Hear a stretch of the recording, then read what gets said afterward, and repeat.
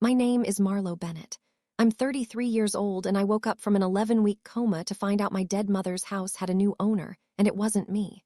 I found this out the way I find out everything, which is to say, on paper. My mother-in-law set a folded check on my hospital tray table, next to a cup of orange jello I hadn't touched, and said, "We took care of everything while you were sleeping." Sleeping. That's the word she used. 11 weeks in a coma, and my mother-in-law called it a nap. I looked down at that check for a long time before I picked it up, and when I finally read the number printed on it, I understood two things at once. My mother's house was gone, and somebody in my family thought $41,000 was the price of my not asking any questions about the rest. What my father-in-law did with the money nobody thought I'd live long enough to ask about ended a business he built over 30 years, and it started with a signature that wasn't mine. But this story doesn't begin in that hospital room. It begins 2 years earlier, in a kitchen that smelled like sweet tea and cut grass, with a woman handing me a brass key on a ribbon and telling me a house was never just wood and nails. Welcome back to Frost Narratives, where quiet women finally get their numbers to add up. If you've ever woken up to find out what people do with your life when they think you can't see them doing it, this one is for you. Drop a comment and be sure to subscribe. My mother's name was Alina Bennett.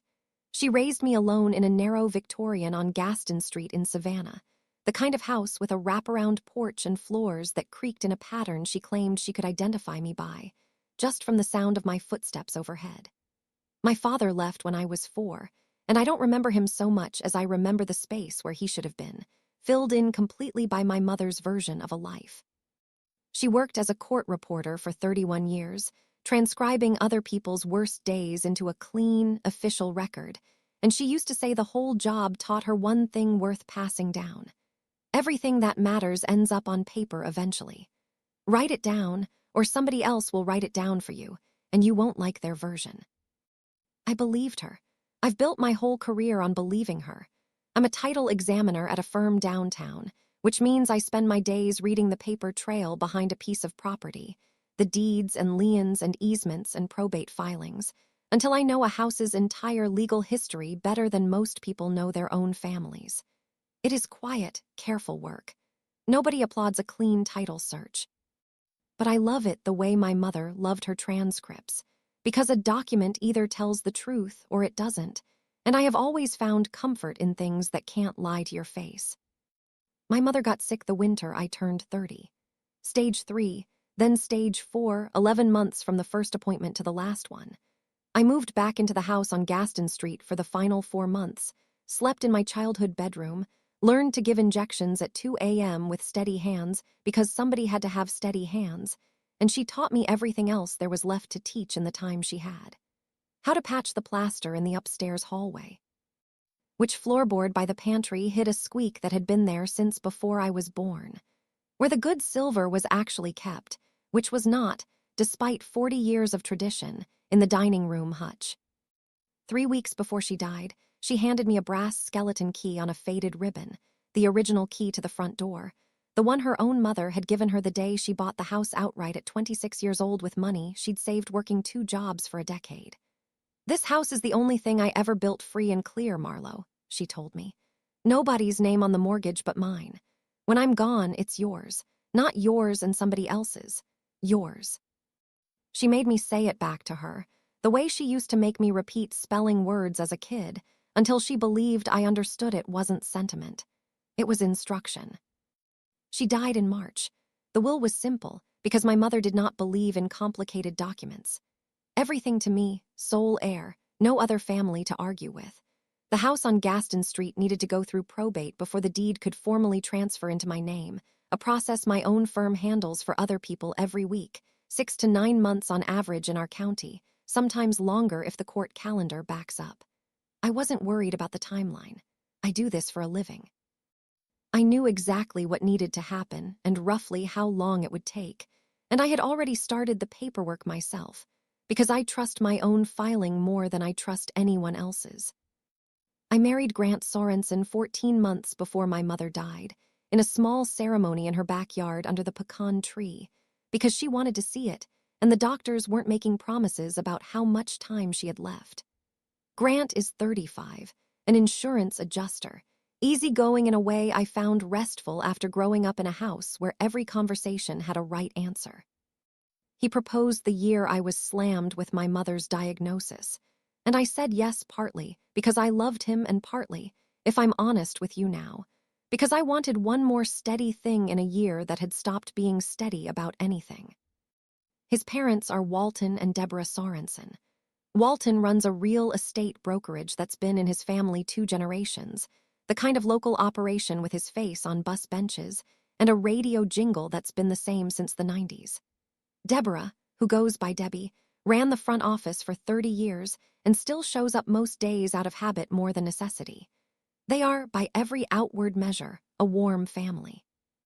Big Sunday dinners, a boat they take out on the Wilmington River, a habit of hugging you a little too long the first time they meet you so you understand, before you've said a single word, that you are now theirs. I want to be fair to them, because fairness is the whole discipline of my job, and I'm not going to abandon it just because it's my own life on the page this time. Walton Sorensen built a business out of nothing, the same way my mother built a house out of nothing, and there is a phrase he says at every family gathering, every closing dinner, every holiday toast, that I used to find almost sweet. Family takes care of what family builds. He said it about the brokerage, about the boat, about anything anyone in that family had ever worked for.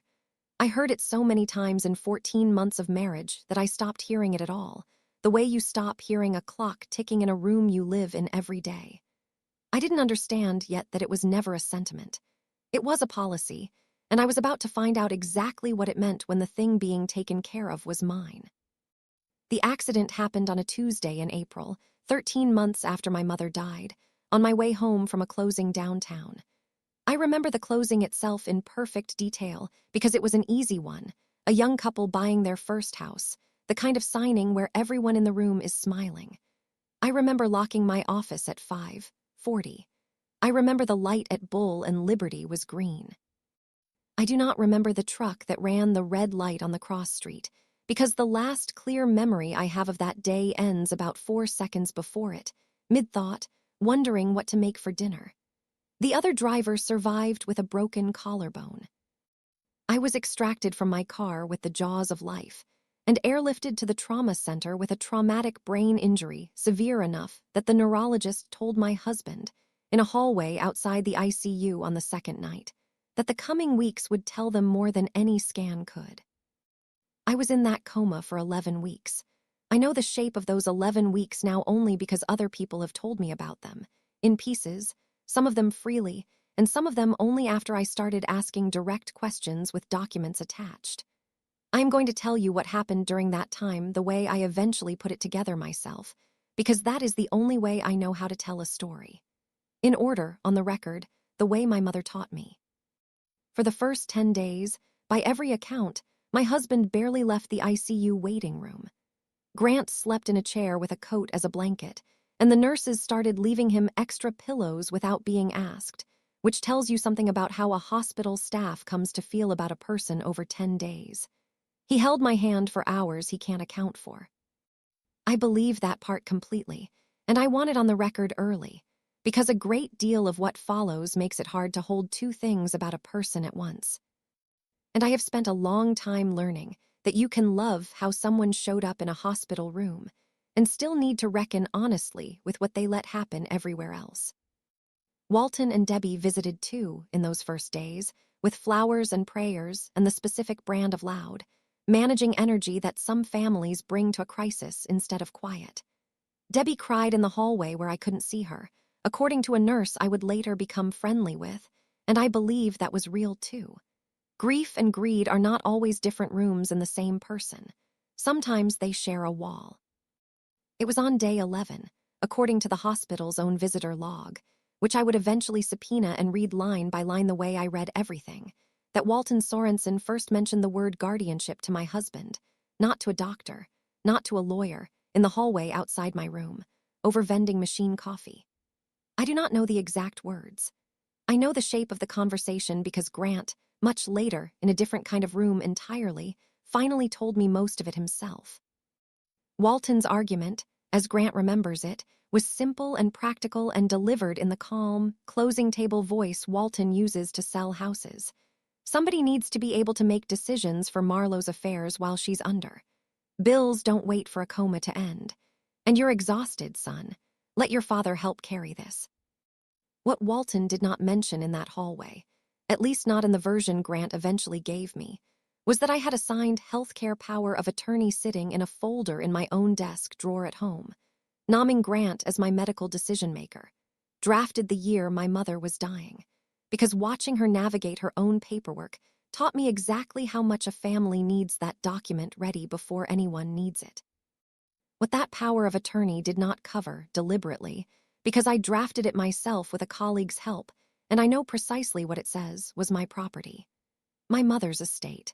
The house on Gaston Street, which at that point had been sitting in probate for 13 months, closer than ever to finally, formally becoming mine, with my name the only one on the deed the way my mother had insisted it be.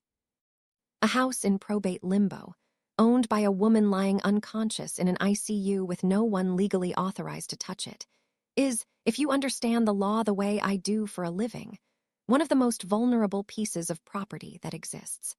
And Walton Sorensen has spent 30 years learning exactly how vulnerable property becomes valuable to the person standing closest to it when nobody else is paying attention.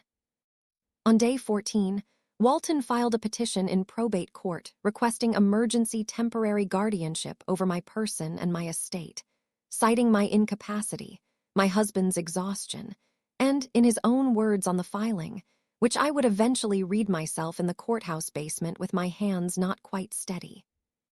The urgent need to manage the decedent Marlowe Bennett's real property before it falls into further disrepair or incurs unnecessary carrying costs during Ms. Bennett Sorensen's incapacity.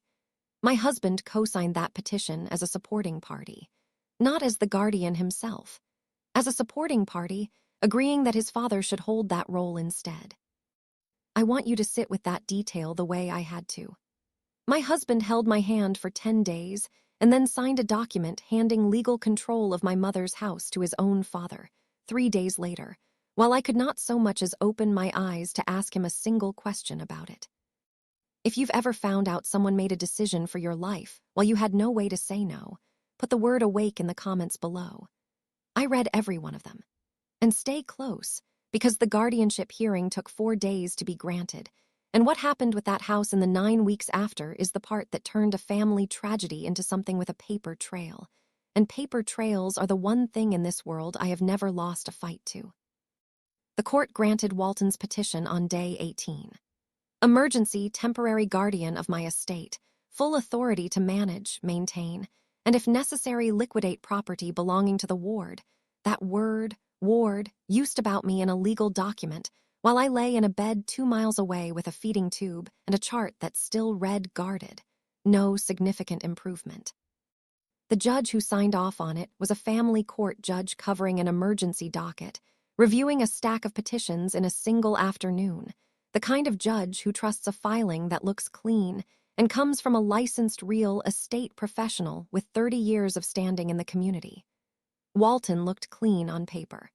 That was always his particular gift. He built an entire business, and apparently an entire defense, on the fact that nobody reads the fine print on a man everyone already likes. Debbie, meanwhile, sat with me most afternoons, actually did, held my hand, read to me from magazines the nurses said coma patients sometimes respond to, and I have to tell you honestly that when I learned the full timeline later, that detail was the hardest one to file away cleanly. She was, by every account, genuinely tender with me in that room. And 3 buildings away, on the same afternoons, her husband was meeting with a real estate agent from his own brokerage about listing my mother's house for sale. The listing went live on day 23. I've seen the screenshots. The photos were professionally shot, staged with furniture that wasn't my mother's, because Walton had the house cleared out in a single weekend by a company he uses for estate liquidations. A company, I would later discover, in which he holds a minority ownership stake, a detail that never once appeared on any invoice. My mother's furniture, the dining hutch, the sewing table she taught me on, The porch swing my father supposedly once fixed the one useful thing he ever did in that house. All of it sold at what the liquidation invoice called an estate clearance rate, a phrase that means whatever the buyer decides it means, into a truck, and gone before I ever regained consciousness enough to know a single piece of it was missing. The house itself, the one my mother built free and clear with a decade of double shifts, the one she made me repeat back to her that it was mine and only mine, went under contract on day 31. Listed at $210,000, a price my own firm's records would later confirm was roughly $60,000 under comparable sales on that block in that same season. The kind of underpricing that either means a seller is desperate or a seller wants the deal to close fast and quiet, before anyone with standing to object is in a position to open their eyes. The buyer was a limited liability company called Riverstone Holdings III, formed in the state 4 months earlier, with a registered agent whose name meant nothing to me the first time I saw it, and would come to mean a great deal by the time I finished pulling the thread all the way to its end. The closing happened on day 38. I was still unconscious. My husband, records show, was not present at that closing. Walton was, signing as guardian of the estate on my mother's house, on my behalf, using an authority granted by a judge who had 4 days to review a stack of emergency filings and trusted a familiar name. 41 days into my coma, on a Thursday, my body did something the doctors had stopped promising it would do. I opened my eyes. I don't remember the first several days of waking clearly. Brain injury recovery, I've since learned, rarely arrives as a single clean morning. It came in pieces, in fog, in a slow return of language and faces, and the ability to hold a coherent thought longer than a few seconds. I do remember, with a clarity that surprised even my neurologist, the exact moment 3 weeks into that recovery, when Debbie Sorensen sat in the vinyl chair beside my hospital bed, patted my hand, and told me, gently, the way you tell a child something sad about a pet, that they'd had to make a very hard decision about Mama's house while I was sleeping. I asked her, in the slow, careful speech I still had at that point, what decision? She smiled the way she smiles at church, and she told me the bills had piled up, and somebody had to be responsible, and family takes care of what family builds, and wasn't I lucky to have people who loved me enough to handle the hard things so I wouldn't have to carry them. 3 days after that conversation, Walton walked into my hospital room in his good blazer, the one he wears for closings, and set a folded check on my tray table next to a cup of orange jello I hadn't touched, and told me, in the voice he uses to close a deal a buyer is nervous about, that they'd taken care of everything while I was sleeping. I unfolded the check, with hands that still shook slightly from the injury, and read the number. $41,000. For a house that sold for $210, for furniture that was never inventoried, for a decade of double shifts and a squeaking floorboard by the pantry and a brass key on a ribbon that had made me promise, 3 weeks before she died, that this house would be mine and only mine. I looked up at my father-in-law, standing at the foot of my hospital bed in his good blazer, waiting, I think, for me to say thank you the way everyone in that family had apparently expected me to say thank you the entire time I couldn't speak for myself. And something in me, still fogged, still relearning how to hold a full sentence together, understood one thing with total clarity, the same clarity my mother always said the truth arrives with when you finally stop looking away from it. $41,000 was not an accounting. It was an offer. And somewhere between the listing and the closing and the folded check on my tray table, somebody in this family had done math they never expected me to be alive, or well, or awake enough to check. I didn't say thank you. I said I needed to see the paperwork. Walton's smile held for exactly 1 second too long before it caught up with his eyes. And that, though none of us knew it yet, standing in that hospital room with a cup of untouched jello between us, was the very first document in the file I would spend the next 4 months building, one quiet, careful, fully sourced page at a time. I asked for the paperwork on a Thursday in that hospital room, and Walton told me, still smiling, that I shouldn't worry my pretty head about all that legal business while I was healing. I want you to notice that sentence carefully, because it is the exact sentence a man says when he assumes the woman in front of him will never be well enough to actually go looking. He had known me 14 months as his son's wife. He had never once sat down with me and asked what I actually did for a living, 8 hours a day, 5 days a week, at a downtown title company with my name on a nameplate. If he had asked, even once, he would have known that asking me not to look at paperwork is like asking a fish not to swim toward water. It is not a personality trait. It is the whole shape of what I am. Welcome back, if you're just joining this story, to Calm Drama Stories, where quiet women finally get their numbers to add up. If you've ever been told not to worry about something that was legally, provably yours, stay with me, because this part is where the file starts to open. Drop a comment and subscribe if you want the whole thing. I was discharged from the hospital 6 days after that conversation, into 8 weeks of outpatient rehabilitation. Speech therapy twice a week for language processing that still occasionally dropped words mid-sentence, physical therapy for a right leg that had taken the worst of the impact, and a cognitive therapist who warned me gently, in our second session, that brain injury recovery is not linear, that some days would feel like total clarity and others would feel like wading through wet sand. And that I should be patient with myself. I told her I would try. I did not tell her that patience, in my family growing up, had never once meant sitting still. My mother's version of patience was the kind you use while you wait for the right document to arrive in the mail. Active, watching, ready. Grant moved back into our house with me, brought me tea in the mornings, drove me to every appointment without complaint, and for those first several weeks, I let myself believe the version of events his parents had handed us both. Bills piling up, a hard decision made out of love, a family taking care of what family builds. I was in no condition, that first month home, to hold a full legal argument in my head for more than a few minutes at a stretch. And there is a particular kind of exhaustion that comes from healing a brain that makes you want, more than almost anything, to simply believe the easy story someone hands you instead of the hard one you'd have to go find yourself. What changed? It was a phone call from my own employer, 5 weeks after discharge, checking in the way workplaces do, asking gently when I thought I might be ready to come back, even part-time, even just to keep my license current with the state board's continuing requirements. I told the office manager I wasn't sure yet. She said, "No rush at all, Marlowe. We just wanted you to know your desk is exactly the way you left it. Nobody's touched a single file." And something about that sentence, "Nobody's touched a single file," sitting next to the memory of an empty hospital tray table and a folded check, made something in my chest go very still and very clear, the way it used to when a closing file crossed my desk with a number that didn't reconcile.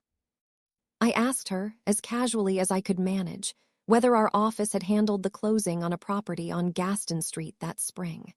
She checked, put me on hold for 2 minutes, and came back to tell me no, that closing had gone through a different title company entirely, one I'd never heard of, out near the interstate.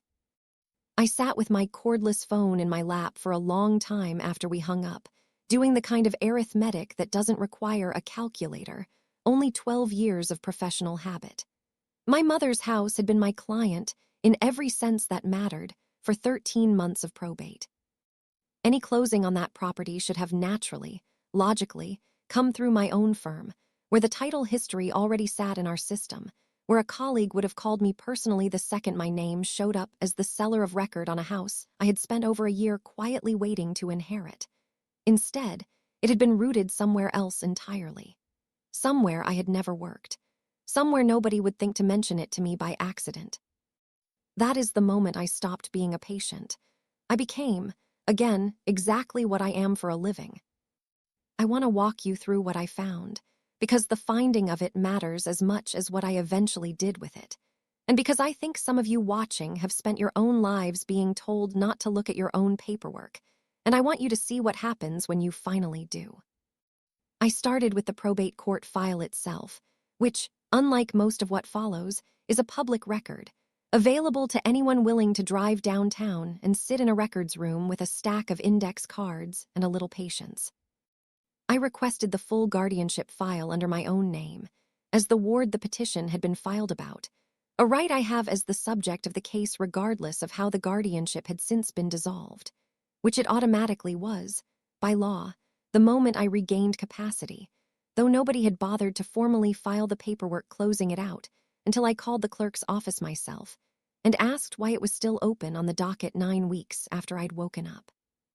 The petition itself I had already half remembered from what Grant told me, but seeing Walton's actual language on the page hit differently than hearing it secondhand. Urgent need to manage the decedent Marlowe Bennett's real property before it falls into further disrepair or incurs unnecessary carrying costs.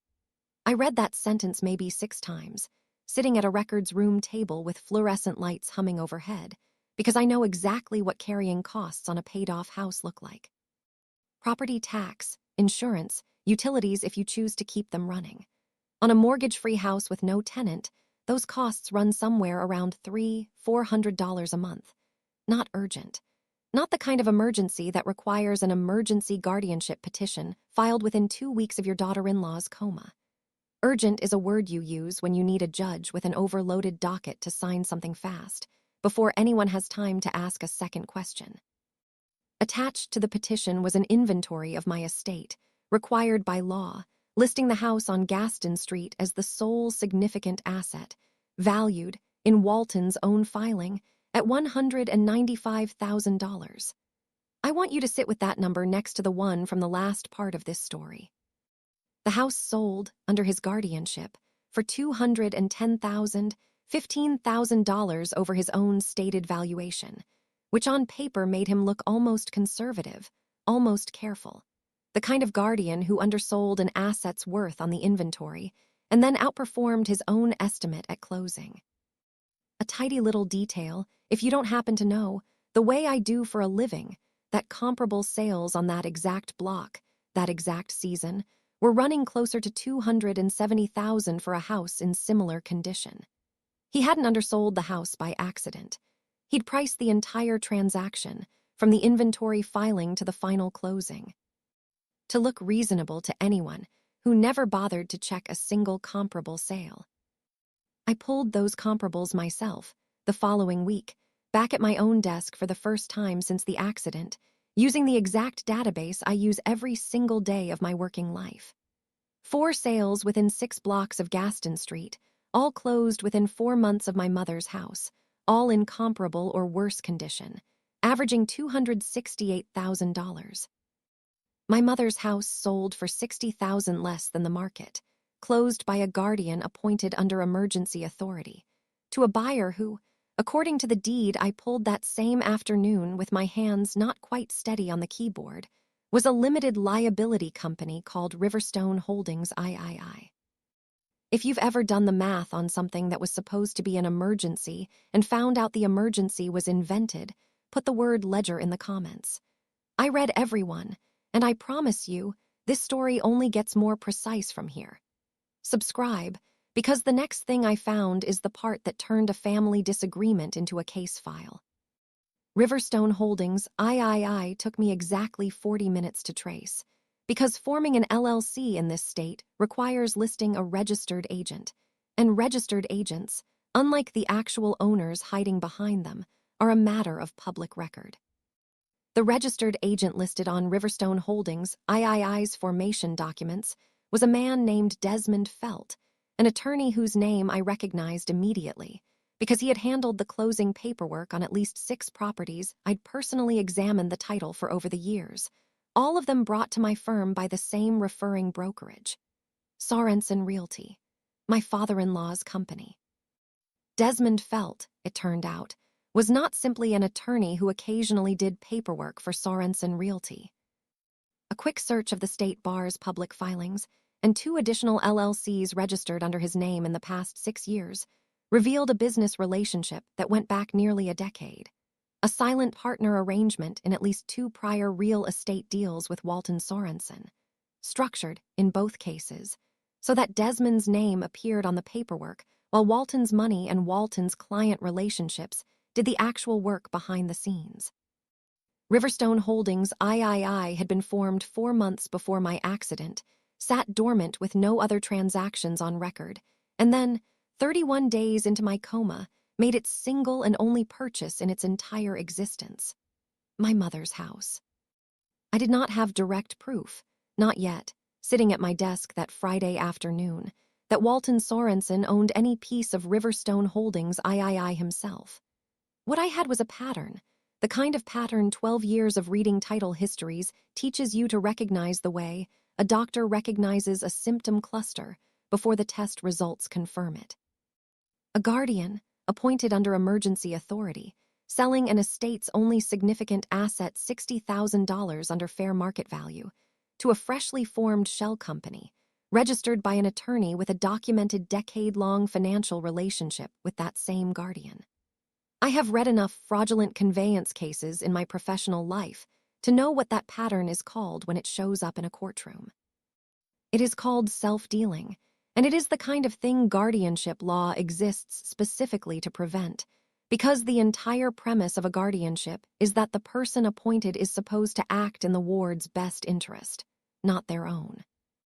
There was one more number I needed before I would let myself believe any of this, because my mother did not raise a daughter who builds a case on a pattern alone, and I wasn't about to become that woman now.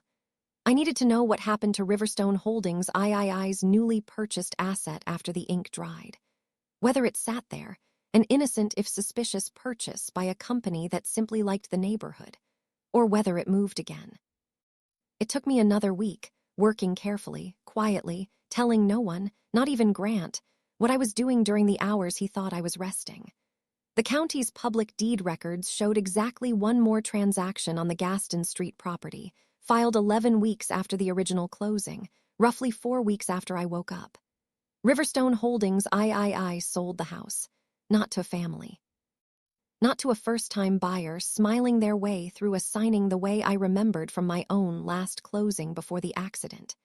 To a regional property investment fund, the kind that buys renovated historic properties in bulk for the short-term rental market, for a sale price of $335,000.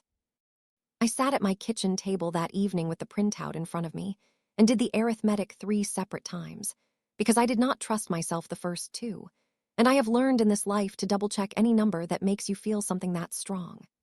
My mother's house, valued conservatively by any honest measure at $270,000, had been sold by my guardian, under an emergency petition citing urgent unnecessary costs, for $210.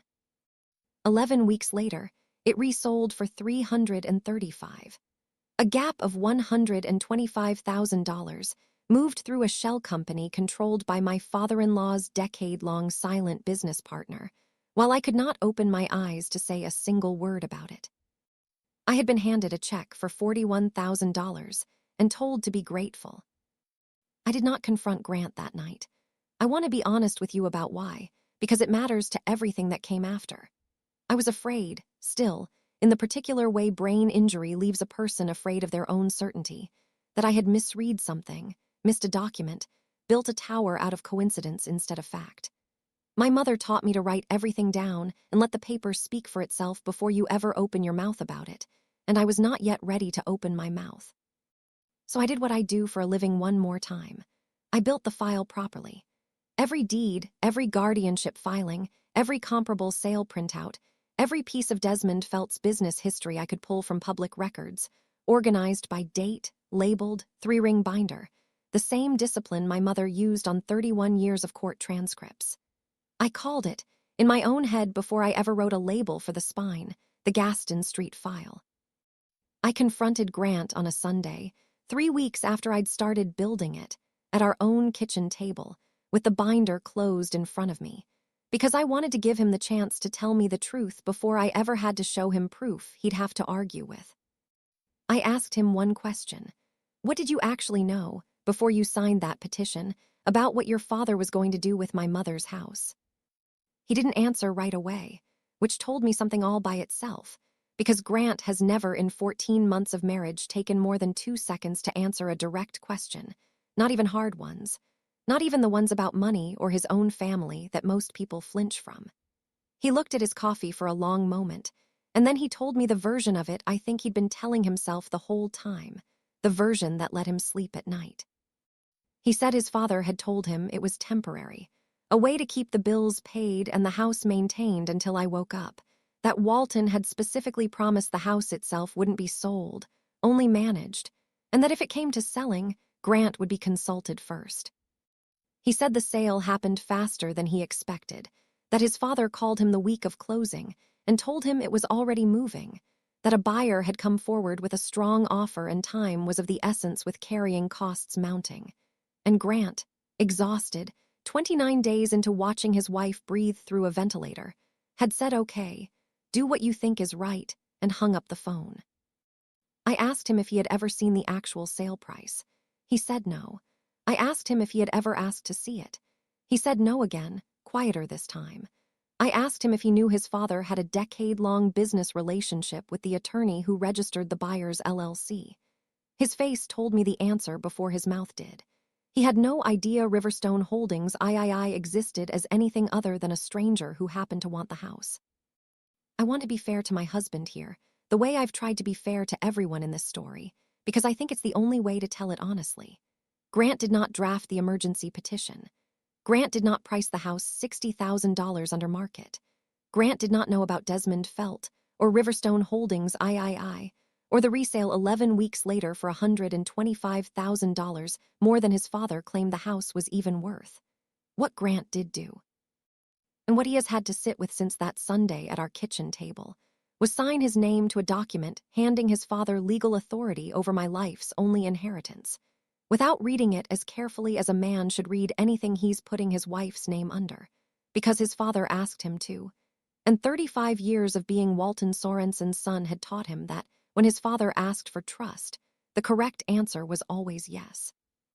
He put his head in his hands at that kitchen table and said, quietly, I think I need to see whatever's in that binder.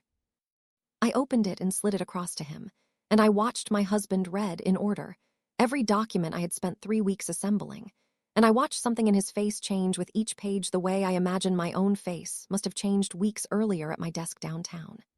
When he got to the resale price, $335,000, he set the page down very carefully, the way you set down something you're afraid might break, and he said one sentence I have thought about many times since. He built a whole business on people trusting him with the biggest purchase of their lives, and he did this to us. If you've ever watched someone you love finally see the thing you'd already proven to yourself, put the word finally in the comments below, because I know some of you are living in the middle of exactly that moment right now. And stay with me, because the family dinner that came 3 days after that conversation at our kitchen table is where this story stopped being quiet, and I need you to hear every word of what got said at that table, because I remember it exactly. Debbie called that Wednesday to invite us to Sunday dinner, her voice bright and easy in a way that told me plainly she had no idea what her son now knew. And I said yes before Grant could answer for both of us, because I had decided, sitting with that binder closed on my lap after he finally fell asleep that night, that the next conversation about my mother's house was not going to happen in a hospital room with a check already written. And it was not going to happen at my own kitchen table where only Grant and I could hear it. It was going to happen at their table, on their good china, in front of whoever else Debbie decided to invite, because I had spent my whole marriage watching that family perform for an audience, and I had finally built a file worth performing for one myself. I packed the binder into my bag the morning of that dinner, and on my way out the door, I reached into the small wooden box on my dresser where I'd kept it since the funeral and slipped my mother's brass skeleton key into my coat pocket, the ribbon a little frayed now, the metal cool against my fingers the way it had been the day she pressed it into my palm and made me say the words back to her. Nobody's name on the mortgage but mine. When I'm gone, it's yours, not yours and somebody else's. I did not know yet, standing in that doorway, exactly how the conversation at that table would go. I only knew, the way I know a title is clean or it isn't, that I was done letting anyone else write the version of this story that got remembered. Debbie's dining room looks the way it has looked at every Sunday dinner I've ever sat through in that family, white tablecloth, her grandmother's china with the gold rims that only comes out for company, a centerpiece of whatever flowers were blooming that week cut fresh from Walton's garden, because he likes people to notice he grows things with his hands, even though a landscaping crew does the actual work twice a month. There were 6 of us that evening. Walton at the head, Debbie to his right. Grant's older sister Paige and her husband, who I'd always liked well enough, down one side. Grant across from me. And me, at the foot of the table, in the seat I'd occupied at every family dinner for 14 months, the seat that had never once made me feel like anything other than a guest in somebody else's house, even after I married into it. Welcome back, if you're joining partway through, to Calm Drama Stories. This is the part of my story where the quiet stopped being an option. If it's your first time here, drop a comment and subscribe, because what happened at this table is the reason I'm telling you any of this at all. Dinner went the way it always goes for the first 20 minutes. Roast chicken and green beans and Walton talking about a listing that had just gone under contract on Habersham Street. Debbie asking Paige's husband about his golf handicap. The ordinary weather of a family that has learned, over decades, to fill a table with enough small talk that nobody ever has to say anything true. I let it run. I ate my chicken. I waited the way I've learned to wait my whole career. For the exact moment a room settles enough that the thing you say next will land with its full weight instead of getting lost in the noise. That moment came when Debbie, refilling my water glass without being asked, patted my shoulder and said to the whole table, "Isn't it a blessing how well Marlowe's healing?" And Walton, at the head of the table, raised his wine glass toward me and said the sentence I had by then heard enough times to recite in my sleep. Family takes care of what family builds. To Marlowe, back on her feet. I set my fork down. I reached into my bag, which I had kept beside my chair instead of hanging it by the door the way I usually do, and I set the binder on the white tablecloth between the centerpiece and the bread basket. Closed, the spine facing Walton, 3 words printed on a label I had typed and pasted on myself the night before. The Gaston Street file. The table went quiet the way a room goes quiet when somebody sets down something heavier than its size suggests. Walton looked at the binder, then at me, and I watched him do the thing he does at a closing table when a buyer's face suggests they've found something in the inspection report he was hoping they'd skip past. He smiled. It's a good smile. It has closed a great many deals. "What's this, sweetheart?" he said, still holding his wine glass. I told him.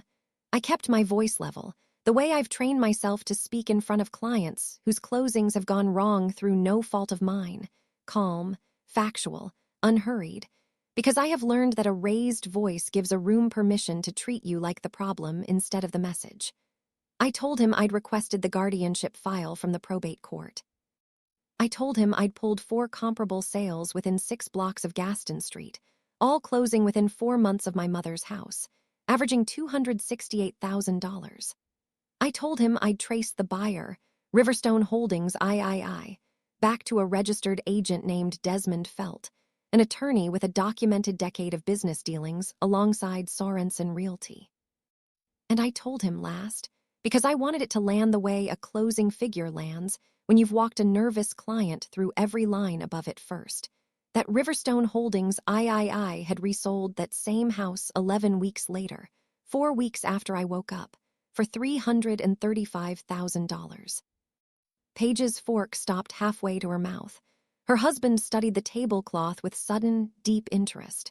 Debbie's hand, still resting on my shoulder from refilling my water, went very still. Walton set his wine glass down slowly and said, in a voice that had lost some of its warmth but none of its practiced calm, "You don't understand the market the way I do, Marlowe. Real estate isn't as simple as a spreadsheet. Sometimes a quick sale to a known buyer is worth more than waiting around for top dollar, especially when a family's under this kind of stress." I asked him, since he'd raised the subject of a known buyer, how well he knew Desmond Felt. He didn't answer that directly. He said instead that everything he'd done to protect this family, that carrying a vacant house through a long, uncertain recovery was a risk none of us needed hanging over us, that he was the one who stepped up when everyone else was too paralyzed by grief and fear to make a single hard decision, and that he resented, frankly, sitting at his own dinner table being treated like a criminal for taking care of his son's wife when she couldn't take care of herself. I asked him one more question, because I had been saving it, the way I save the one document in a closing that actually settles the argument instead of extending it. I asked him what the guardian fees on the estate accounting totaled, the fees he and Debbie had approved for themselves out of the sale proceeds before ever calculating what remained to hand me. He went quiet again, longer this time. Debbie's hand finally left my shoulder. I already had the number. I'd pulled the final accounting from the probate file the same week I'd pulled the deed, a document required by law before any guardianship can formally close. A document that itemizes every dollar the guardian spent, earned, or paid to anyone, including himself. $18,000 in guardian compensation to Walton. $9,000 in what the filing called estate management fees to Debbie, for tasks the accounting described only as coordination and oversight. $6,200 to the liquidation company that cleared my mother's furniture out in a single weekend. A company, I told the table, in which Walton holds a documented minority ownership stake, a fact that never once appeared on the invoice. Add those numbers to the $60,000 gap between the sale price and fair market value, and you begin to see, I told them, exactly where $125,000 of difference between what a shell company paid for my mother's house and what it resold for 4 weeks later might have gone. Grant's sister Paige, who I want to give real credit here because she didn't have to say anything at all, set her wine glass down and looked at her father and said, quietly, "Dad, is any of this true?" And here is where I learned something about my father-in-law that I think matters as much as anything else in this story. He did not deny it. He looked around that table, at his daughter's face, at his son's face, at Debbie's hand now pressed flat against the tablecloth, and he said, in a voice that had finally, fully lost the closing table warmth, that everything he'd done was legal, that a judge had signed off on every piece of it, that guardian fees were standard practice and entirely within the law, that if I wanted to make an issue out of a family helping a family, that was my choice, but I should think very hard about what it would cost all of us. I told him I had already thought about it. I told him I'd been thinking about it for 4 weeks, ever since a phone call from my own employer taught me my mother's house had closed through a title company I'd never worked with in my life. And I told him, because I meant it, and because I wanted it said out loud at that table before I ever said it anywhere else, that I did not think what he'd done was a family taking care of what it built. I thought it was a man taking care of himself, and dressing it up in a sentence he'd been repeating at that table for 30 years until everyone in this family, including me, had stopped hearing what it actually meant. If you've ever had to say a true thing out loud at a table that had spent years training you to swallow it instead, put the words said in the comments below. I read every single one of them, and I promise you, the hardest part of that dinner wasn't Walton. It was what happened after he left the room. Walton stood up from the table without another word and walked out to the back porch, the screen door slapping shut behind him the way it always does. And through the window, I watched him stand at the porch rail with his hands braced against it, staring out at the boat he keeps docked at the end of the yard. A man, I understood in that moment, who had built his whole identity on being the one everyone else trusted, and had just watched that identity crack open in front of his own children. Debbie did not follow him. She sat very still at the table, her hand still flat against the cloth, and after a long moment she said, so quietly I almost missed it, that she hadn't known the full price the house sold for either, that Walton had told her it was a fair number, and she'd trusted him the way she'd trusted him for 31 years of marriage, and that she was starting to wonder how many other numbers over those 31 years she'd simply trusted without ever once asking to see. I did not know, sitting at that table, whether to believe her completely. I still don't, entirely. But I will tell you this much, because fairness is the discipline I keep returning to in this story. Whatever Debbie knew or didn't know about the sale price, she had cried real tears in a hospital hallway while I lay unconscious, and she had held my hand every afternoon for 6 weeks reading me magazine articles about places I might never see.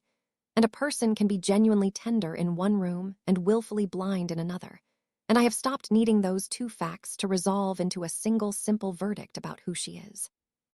Grant walked me out to the car that night without saying much, and in the driveway, under the same pecan-adjacent porch light, his family had strung with the same string lights every summer for as long as I'd known them. He said the thing I think he'd been building toward since the kitchen table 3 days earlier. He said he was done covering for his father, that he'd meant it when he read that binder cover to cover, and that whatever I decided to do next, legally, formally, in a courtroom if it came to that, he was not going to be the son standing beside Walton pretending none of it had happened. I want to be honest and tell you I didn't fully trust that promise yet, standing in that driveway. Promises made in the heat of a bad dinner have a way of cooling by morning. But I held on to it, the way you hold on to any document before you know yet whether it'll turn out to hold up. I called an attorney the following Monday, a woman named Priscilla Odom who specializes in probate litigation, and as it happened, guardianship abuse specifically, a small enough legal niche in this state that her name had come up twice already in my own professional circles over the years, always attached to cases where a family member had been appointed to protect someone and had instead helped themselves. I brought her the Gaston Street file in person, the whole binder, and I watched her go through it the way I imagine I must have looked going through it myself the first time, slow, careful, occasionally circling a number with her pen and setting it aside for a second look. When she finished, she leaned back in her chair and told me plainly what she thought we were looking at. A breach of fiduciary duty, clear on its face, given the pricing gap and the undisclosed relationship between the guardian and the buyer's registered agent. Likely grounds for a surcharge action, meaning a court could order Walton to personally repay the estate for the difference between what he sold the house for and what it was actually worth, plus the self-dealt fees, plus interest. Possibly grounds for removal proceedings against a guardian who was, by that point, already automatically terminated by law the moment I regained capacity, though the formal accounting and discharge had never been properly closed out, which she said, with the faint edge of a smile, actually worked in our favor, because it meant the court still had an open file and an obligation to review exactly what had happened before it could ever be closed. She was careful, the way good attorneys are careful, to lay out what this would cost me beyond money. A formal accounting challenge meant discovery, meant depositions, meant Walton's business records subpoenaed and reviewed line by line, meant sitting across a table from my own father-in-law's attorney and answering questions about my marriage, my recovery, my mother, in a way designed to make all three sound as unstable as possible. It meant, she told me plainly, that this would very likely end my relationship with that entire side of the family, formally and for good, regardless of how the case came out. I told her I understood. I told her I had already lost the version of that family I thought I had, the version that held my hand in a hallway and meant every second of it without also meaning to help itself to $125,000 behind my back. What I wanted now wasn't a family. It was the truth, on the record, the way my mother always said it eventually ends up whether you go looking for it or not. Priscilla filed the petition for accounting review and surcharge 3 weeks later, formally opening what would become, over the following 4 months, the most thorough professional excavation of another person's finances I had ever watched from the inside, instead of the outside of my own desk. Discovery pulled bank records from Riverstone Holdings III, showing a wire transfer, 8 days after the resale closed, of $40,000 from an account controlled by Desmond felt into a personal account belonging to Walton Sorensen, labeled in the transfer memo, with a carelessness that still surprises me every time I think about it, as consulting fee. Discovery pulled text messages between Walton and Debbie from the week of the original listing, in which Walton wrote, "We need this to move fast before anyone starts asking questions about the number." A message Debbie had apparently never deleted. A message that ended, for me at least, any remaining question about how much she'd genuinely known. Grant sat for his own deposition in that discovery process. On the opposing side of the case from his own father, technically, since Priscilla had listed him as a witness rather than a co-defendant given his limited role, and he answered every question about that hallway conversation, that petition he'd co-signed, that phone call 29 days into my coma when he'd said, "Okay, do what you think is right," with a level of honesty that cost him, visibly, in the room. He told the truth about not reading the petition closely enough. He told the truth about never asking to see the sale price.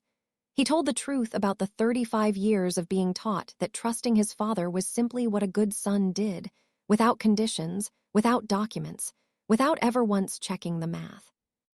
Walton stopped speaking to me directly sometime around the 3rd month of discovery, communicating only through his attorney, a shift Debbie mirrored a few weeks later, though she did, once, send me a single text message late one night that I have kept and reread more times than I'd like to admit.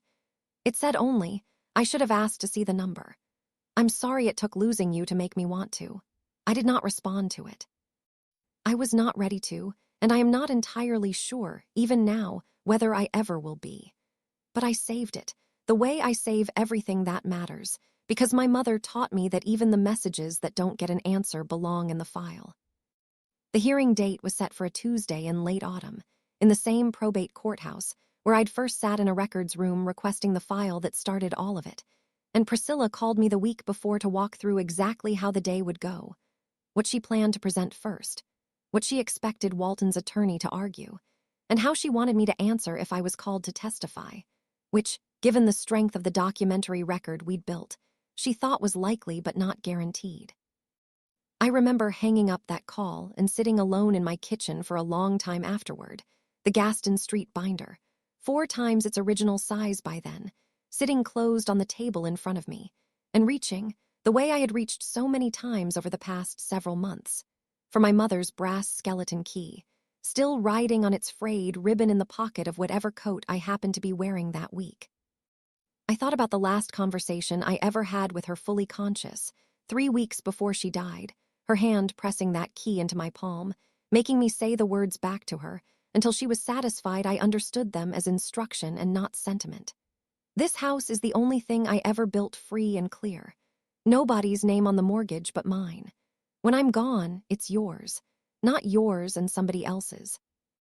I understood, sitting in my kitchen the week before that hearing, that the house itself was already gone, sold twice over, sitting now in a stranger's short-term rental portfolio with somebody else's furniture on the porch where my mother's swing used to be. I could not get the house back. What I could still get, if the paper trail held up the way 12 years of professional instinct told me it would, was the truth, entered formally into a public record, in a courtroom, under oath, with my father-in-law's own attorney unable to argue his way around a wire transfer labeled consulting fee, and a text message that read, "We need this to move fast before anyone starts asking questions." I put the key back in my pocket, closed the binder, and went to bed early because I wanted to walk into that courthouse the following Tuesday exactly the way my mother used to walk into her own courtroom every day of her working life. Rested, prepared, and absolutely certain that the paper, when it was finally read out loud, would speak for itself. The probate courthouse on a Tuesday morning in late autumn looks nothing like the version of a courtroom you see on television. No towering wood-paneled walls, no jury box, just a plain municipal hearing room with fluorescent lighting and rows of stackable chairs. A court reporter typing quietly at a small desk to the side. The kind of unglamorous room where my own mother spent 31 years of her working life, transcribing exactly the sort of hearing I was about to sit through as something other than an observer. I thought about her the whole drive there. I thought about her the whole time I sat in the hallway outside, waiting for the docket to call our case, watching Grant's leg bounce beside mine in a way I had never once seen from him in 14 months of marriage. Welcome back for the last time on this one to Calm Drama Stories. If you've been with me since part 1, thank you for staying through every document, because this is the part where all of it finally gets read out loud. If you're new, drop a comment, subscribe, and settle in, because what happened in that hearing room changed more than a bank account. Walton arrived 12 minutes before our case was called, in a dark suit instead of his usual good blazer, with his attorney beside him, a sharp, unhurried man named Bertram Cole, who I later learned had handled real estate litigation for Sorensen Realty for over 15 years, which told me something all on its own about how many times, over those 15 years, Walton had apparently needed a real estate litigator on retainer. Debbie did not come. Grant told me later that his mother had called the house the night before and said she couldn't sit in that room and watch it happen, that she'd rather remember her family the way it used to look before any of us knew what any of us actually knew. A sentence I understood completely and could not entirely forgive, because I had not been given the luxury of choosing not to watch my own life happen to me. Judge Renata Ashford presided over the hearing, a woman in her 60s with the unhurried patience of someone who had reviewed more accounting disputes than she could count and had long since stopped being impressed by a well-tailored suit sitting at the respondent's table. Priscilla laid out our case the way she'd walked me through it the week before, methodically, document by document, starting with the emergency petition itself and its claim of urgent, unnecessary carrying costs, moving through the comparable sales showing the house had sold $60,000 under fair market value, then the formation records for Riverstone Holdings III and its sole registered agent, Desmond Felt. Then the decade-long documented business relationship between Felt and Walton Sorensen across 2 prior LLCs. Then the resale 11 weeks later for $335,000. And finally, the piece I had been waiting 4 months to hear read into an official record. The wire transfer of $40,000 from an account controlled by Desmond Felt into Walton Sorensen's personal account, 8 days after that resale closed, labeled, in the transfer memo itself, as consulting fee. Bertram Cole objected to the characterization of that transfer twice, arguing it represented legitimate compensation for market consultation Walton had genuinely provided to Riverstone Holdings on an unrelated matter, a claim that might have held some weight if Priscilla hadn't followed it immediately with the text message, entered as an exhibit and read aloud into the record by the court reporter in a flat, professional voice that somehow made the words land harder than if Walton himself had shouted them. We need this to move fast before anyone starts asking questions about the number. I watched Judge Ashford's face when that exhibit was read. She did not react visibly, the way I imagine my mother learned never to react visibly across 31 years of transcribing hearings just like this one. But she made a note, unhurried, deliberate, and I understood, sitting beside Priscilla at that plain table, that the note she just made was the entire hearing distilled into one sentence a judge had decided was worth writing down. Walton testified for nearly 40 minutes, and I want to tell you honestly that some part of me had braced for him to fall apart on the stand the way you sometimes see in the stories people tell about moments like this. A dramatic collapse, tears, a full confession delivered in front of witnesses. That is not what happened, and I think it matters that I tell you the truth instead of the version that would be easier to package. Walton testified calmly, confidently, the same closing table voice he'd used at that dinner table months earlier, insisting that every decision he'd made had been within his legal authority as court-appointed guardian, that guardian fees were standard and disclosed in the final accounting, that the sale to Riverstone Holdings had represented a fair offer at the time given the uncertainty of my recovery and the need to move quickly, and that any relationship between himself and Desmond Felt was incidental to a real estate community where, in his words, everybody in this city's business eventually knows everybody else. Priscilla's cross-examination did not raise its voice once, and I understood, watching her work, that she and I had learned the exact same lesson from 2 very different corners of the same profession, that a raised voice gives a room permission to treat the truth like a performance instead of a fact. She asked him, simply, whether he had disclosed to the probate court, at the time of the sale, that the buyer's registered agent had a prior documented business relationship with him. He said the relationship wasn't material to the transaction. She asked him whether he had disclosed, to me, his own daughter-in-law, at any point before handing me a check for $41,000, that the house had already resold for $125,000 more than Riverstone Holdings paid for it. He was quiet for a moment before he answered that he hadn't known the resale price at the time he cut that check, an answer that fell apart the moment Priscilla produced the wire transfer date, 8 days after the resale closed, 3 weeks before that check was ever written. He had known. The paper said he had known, and paper, as my mother taught me a long time ago, does not care how good your voice sounds when you're trying to talk your way around it. Judge Ashford did not rule from the bench that day, which Priscilla had warned me was common in a case with this much documentary evidence, telling me she'd want time to review the full record properly before issuing a written order. What she did say, Before adjourning the hearing, in the same unhurried, even tone she'd used throughout the entire morning, was one sentence I have thought about many times since, because it was the first time in this entire ordeal that anyone with actual legal authority had said the thing out loud in a room where Walton himself had to sit and hear it. The court takes very seriously any suggestion that a fiduciary appointed specifically to protect a vulnerable ward's interests may have instead structured a transaction to benefit himself. And the record before me raises exactly that suggestion in a manner I intend to examine closely. The written order came 6 weeks later, delivered to Priscilla's office on a Wednesday morning. She called me about before I'd even had my coffee. Judge Ashford found, based on the full record, that Walton Sorensen had breached his fiduciary duty as guardian of my estate, that the sale to Riverstone Holdings III constituted self-dealing, given the undisclosed relationship with Desmond Felt, and that the resale price, combined with the timing of the consulting fee wire transfer, established that Walton knew or reasonably should have known the property's true market value exceeded the price at which he'd sold it under his own authority.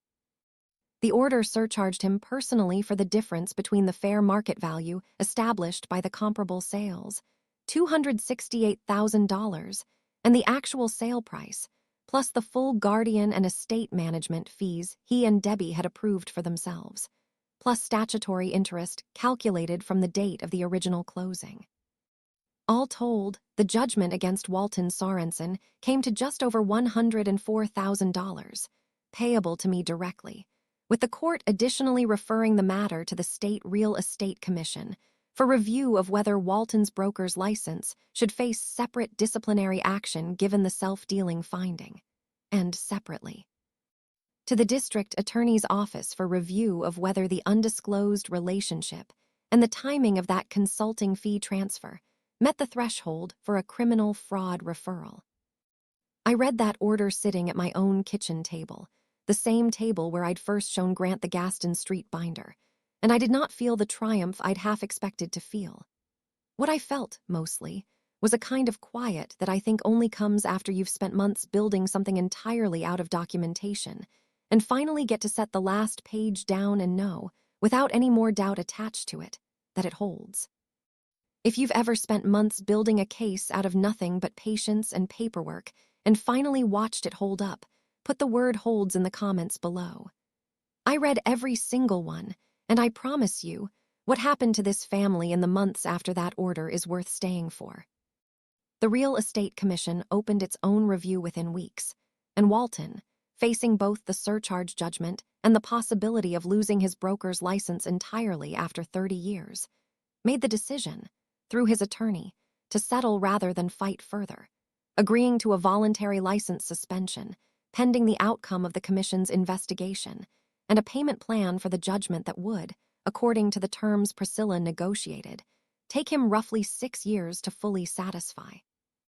Sorensen Realty, the business with his face on bus benches since the 90s, the business he'd told me at that dinner table he'd built entirely to protect this family, brought on a managing broker from outside the family within 2 months, a professional hired specifically to run daily operations, while the Commission's review played out. A hire that told everyone in that small local real estate community exactly what they needed to understand without a single word of it ever being said out loud. The district attorney's office, I'm told by Priscilla, is still reviewing the criminal referral as of the time I'm telling you this story, and she's been honest with me that fraud cases involving this much financial complexity often take a year or more to resolve one way or another, and that I should not expect a fast answer, only a thorough one. I've made my peace with that timeline. My mother spent 31 years transcribing exactly how slowly a system built to get things right instead of get things fast actually moves, and I've decided I would rather have a slow, correct answer than a fast one nobody can trust. Debbie and I have spoken exactly once since that Sunday dinner, a phone call she made herself, 6 weeks after the written order came down, in which she told me, in a voice with none of its usual brightness left in it, that she'd separated from Walton, that she was staying with Paige for the time being, and that she wanted me to know she believed me now about everything, even the parts she'd genuinely never known. and that not knowing didn't feel like much of a defense to her anymore now that she'd had months to sit with it. I told her I appreciated the call. I did not tell her I forgave her, because I wasn't ready to say something I didn't fully mean, and I have learned, across this entire ordeal, that the truth is worth more than the version of kindness that just tells people what they want to hear. Grant filed as a witness in support of the surcharge petition rather than in opposition to it, a fact his father's attorney tried, at one point during discovery, to characterize as a son betraying his own family. A characterization Grant answered, in his deposition, with a sentence Priscilla later told me was the single most useful piece of testimony in the entire case, because it came from inside the family instead of outside it. He said, "My father taught me my whole life that family takes care of what family builds.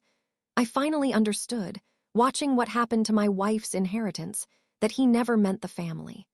He meant himself, and he expected the rest of us to keep calling it the same thing so nobody would notice the difference." Grant and I are still married. I want to be honest that this was not a certainty, sitting at our kitchen table the week after that first dinner, when I genuinely did not know whether our marriage could survive the full weight of what his family had done to me, while I couldn't so much as open my eyes.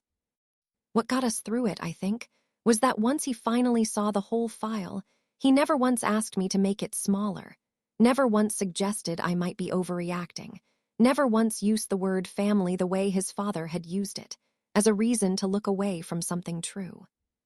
He started therapy that winter, on his own, without my asking, and he told me once, a few months into it, that he was working through what it meant to have spent 35 years believing that loving your father required agreeing with him, a belief he said he was only now, slowly, learning how to set down.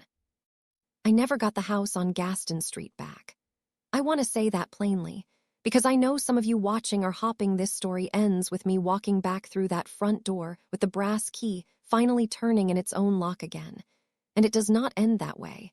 And I think it's important to tell the truth about that instead of a tidier ending that would feel better but wouldn't be honest. The regional investment fund that bought it from Riverstone Holdings III owns it still. Rents it out by the week to tourists who have no idea a woman built that house free and clear with a decade of double shifts. No idea a floorboard by the pantry still squeaks in a pattern her daughter could identify blind. No idea any of it.